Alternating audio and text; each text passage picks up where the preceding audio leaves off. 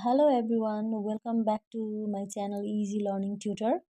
Today we are going to explore one of the most famous and powerful poems of the 20th century, The Wasteland, which was written by T.S. Eliot. This poem changed modern poetry forever. It's deep, complex, and sometimes confusing. But don't worry, in this video, I will explain everything in simple and natural language so you can really understand what the poem means and why it is so important. Okay, so let's begin. The Wasteland was published in 1922, right after First World War. Right after First World War, Europe had just gone through terrible destruction. Millions dead, cities ruined, and people lost faith in religion, love, and meaning. So T.S. Eliot wrote this poem to show the impotence of the modern world, a world where people are alive but their spirits are dead. That's why the poem is called The Wasteland. It's about a spiritual desert, not just a physical one. The setting moves across different times and places: London, ancient Europe, the Bible, Greek myths, Indian philosophy, all mixed together. It's like a dream where history, religion, and daily life collide. Okay, so now the poem has five main parts.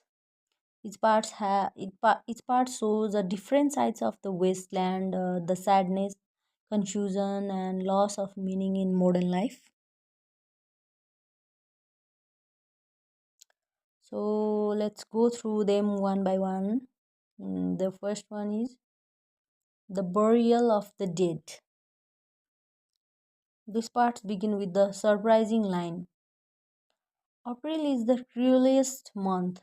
Usually, April means spring, life, flowers, but for Eliot, it means pain because spring brings life to a world that does not want to feel alive.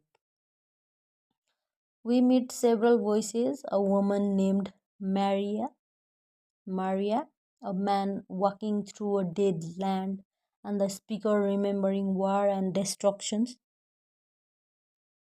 It feels like a collage of broken memories. Okay, the main idea here is barrenness.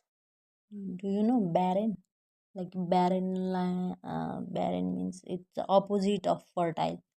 That is the main idea here is barrenness, a world that should be full of life but instead feels dead inside. Okay, another one is a game of chess. A game of chess. Now we move on to a modern city, probably London. We see a rich woman sitting in a fancy room, surrounded by perfumes and jewelries, but she is anxious, bored, and lonely. She talks to her husband, but they don't connect. Then the scene changes to a poor woman in London pub, gossiping with her friend about her broken marriage. In both scenes, love and relationships are empty. People talk, but no one listens. This part shows emotional and moral decay. People living like robots without love or understanding. Okay, the fire sermon. This section is about lust and spiritual emptiness. Eliot uses the voice of Tiresias, a blind prophet from Greek mythology who has lived as both a man and a woman. He watches modern London full of people rushing to meaningless work and shallow, shallow love affairs. Okay, there is a sad story of typist and a young man. They meet, have a dull and mechanical sexual encounter, and then move on like nothing happened. No love, no emotion, just emptiness. At the end, Eliot brings in Buddhist and Christian references, reminding us that desire leads to suffering and only spiritual cleansing can save humanity. So, in number four, uh, is death by water. Okay, this short section tells of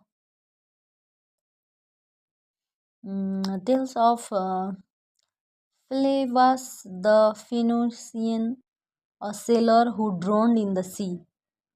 It's a warning. Everyone, rich or poor, strong or weak, will face death.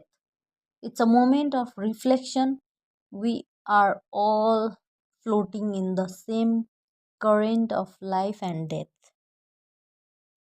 So, in fifth number, what the thunder said. The final section is about hope and redemption, but it's not easy to find.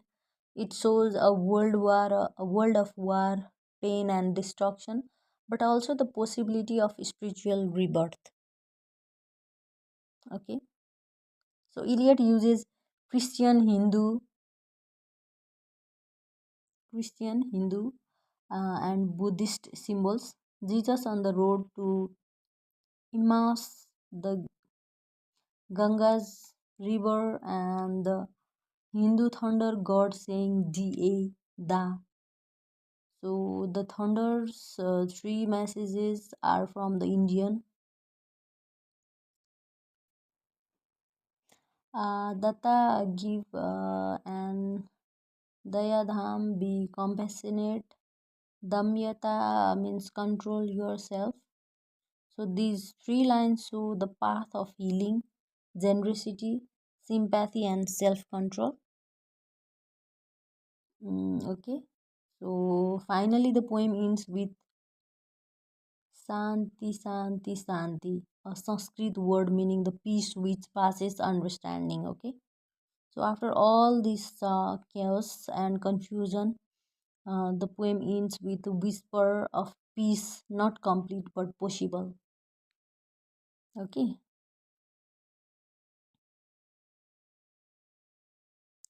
So the main theme is the wasteland is full of themes.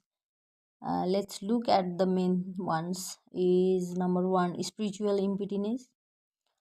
People have lost connection with God, love, and nature. Life feels mechanical and meaningless. And then loss of faith and traditions. After the war, people no longer believe in old values or religion. Then source for meaning. Even though the world feels dead, Eliot suggests there is still hope through spiritual renewal. Then modern confusion. The poem is full of broken voices and random images, like modern life itself, where everything feels fragmented. And then cultural decay. The poet uses references from history, literature, and myth to show how our culture has become hollow. We have knowledge but not wisdom. So the wasteland symbols, the wasteland itself represents a modern world without life or purpose, a desert of the soul.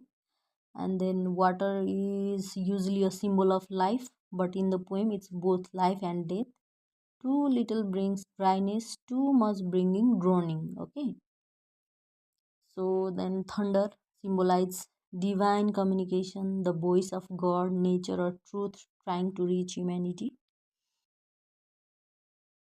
And the another one, the Fisher King, a mythic figure whose land becomes barren because he wandered, just like our world becomes dead and when our souls are sick. Okay, so the meaning of this meaning of the title, The wasteland means more than just a dry place. It's about the spiritual dryness of the modern age, people living without love, faith, or meaning. But the poem also ends with hope that renewal is possible if we look inward and learn compassion, control, and giving. Okay, so and that's the story of T.S. Eliot, The Wasteland. It's not an easy poem, but it's powerful because it shows exactly how people felt after the war, lost, broken, but still searching for something real. If you like this summary, if you like this summary, give it a thumbs up, share it with your friends, or subscribe for more classic literature explained simply and naturally. Okay, so thank you for watching, and remember, even in the driest land, there is always a chance for rain. Okay, thank you.